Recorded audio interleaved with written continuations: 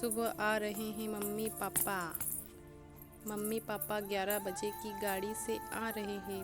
Phone की घंटी तो सुनी मगर आलस की वजह से रजाई में ही लेटी रही। उसके पति राहुल को आखिर उठना ही पड़ा। दूसरे कमरे में पड़े फ़ोन की घंटी बजती थी जा रही थी। इतनी सुबह कौन हो सकता है जो सोने भी नहीं देता। इसी चिड़चिड़ाहट से उसने फ़ोन उठाया। हेलो, कौन? तभी दूसरी तरफ से आवाज़ सुन सारी नींद खुल गई। नमस्ते पापा। बेटा, बहुत दिनों से तुम्हें मिले नहीं, सो हम दोनों 11 बजे की गाड़ी से आ रहे हैं। दोपहर का खाना साथ में खाकर हम 4 बजे की गाड़ी वापस लौट जाएंगे, ठीक है? हाँ पापा, मैं स्टेशन पर आपको लेने आ जाऊंगा। फ़ोन रखकर वापस कमरे में आकर उसने रचना को बताया कि मम्मी पापा 11 बजे की गाड़ी से आ रहे हैं और दोपहर का खाना हमारे साथ ही खाएंगे। रजाई में घुसी रचना का पारा एकदम 7वें आसमान पर चढ़ गया। कोई इतवार को भी सोने नहीं देता। अब उसके लिए खाना बनाओ, पूरी नौकरानी बना दिया है। गुस्से से उठी और बाथरूम में घुस गई। राहुल हल्का बक्का हो उसे देखता ही रह गया। जब वो बाहर आई तो राहुल ने पूछा, क्या बनाओगी? गुस्से से भरी रचना ने तुनक के जवाब दिया, अपने को तल के खिला दूंगी। राहुल चुप रहा और मुस्कुराता हुआ तैयार होने में लग गया।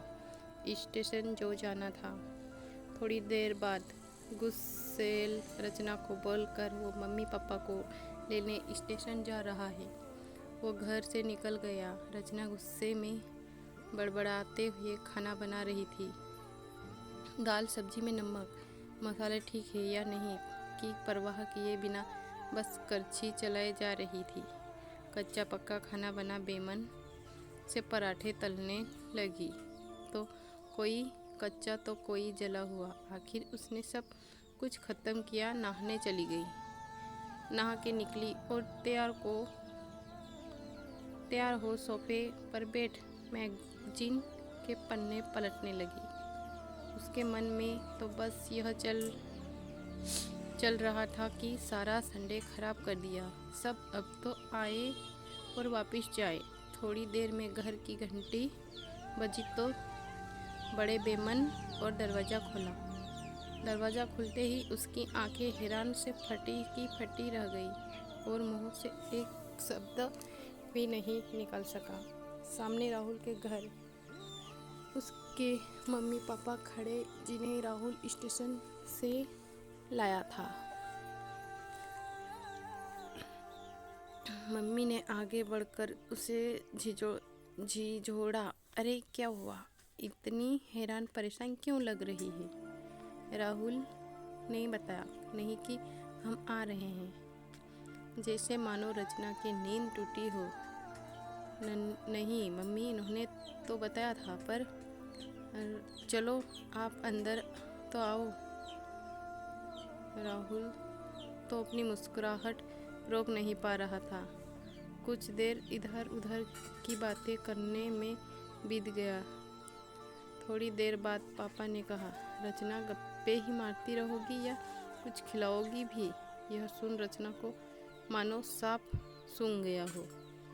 क्या करती बेचारी को अपने हाथों ही से बनाए पक्के और जले हुए खाने को परोसना पड़ा। मम्मी पापा खाना तो खा रहे थे मगर उनकी आंखों में एक प्रश्न था। काच है पंपू, तुला काय कुछ है?